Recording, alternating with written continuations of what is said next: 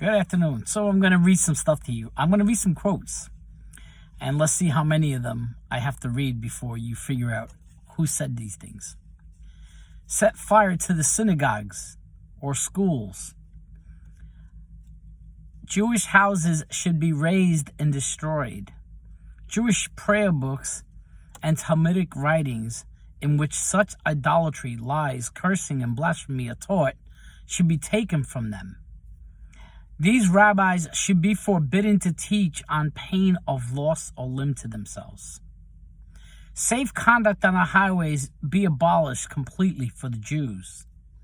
All cash and treasure of silver and gold be taken from them.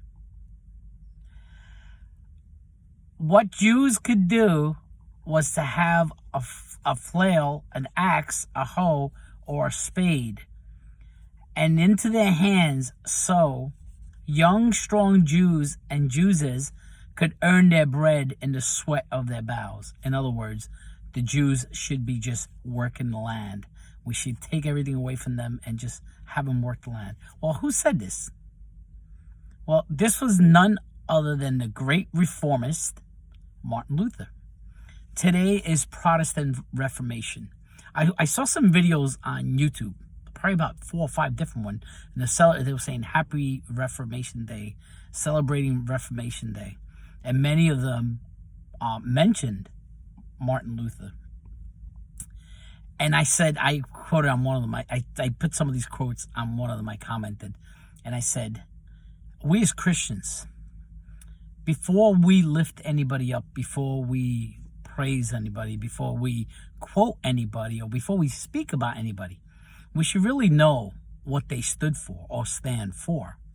Yes, Martin Luther is supposed to be one of the greatest reformer. He's like one of the founding fathers of the Reformation Church.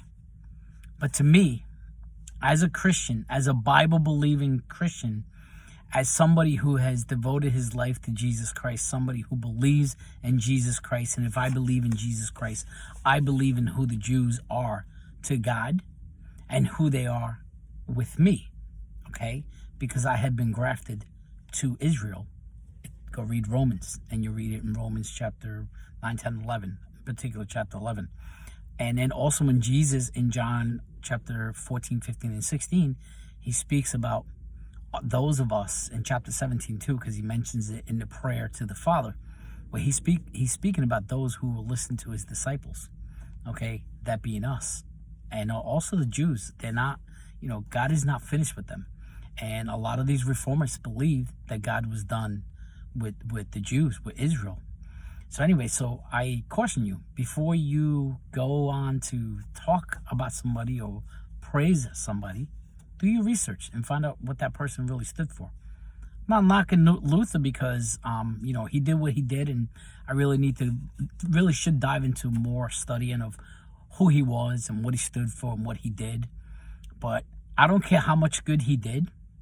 If this is the way he felt about the Jews, that their synagogues and schools should have been set on fire, that their houses should have been razed and destroyed. What I just read, before I even told you who said it, whose quotes these were, you probably could have thought it was one of those people, somebody from Hamas, one of the crazy terrorists. You could have said, oh, well, it's one of them. No, it was one of the quote-unquote greatest founder of the Reformation Church. So anyway, just a little nugget for you to think about. God bless you.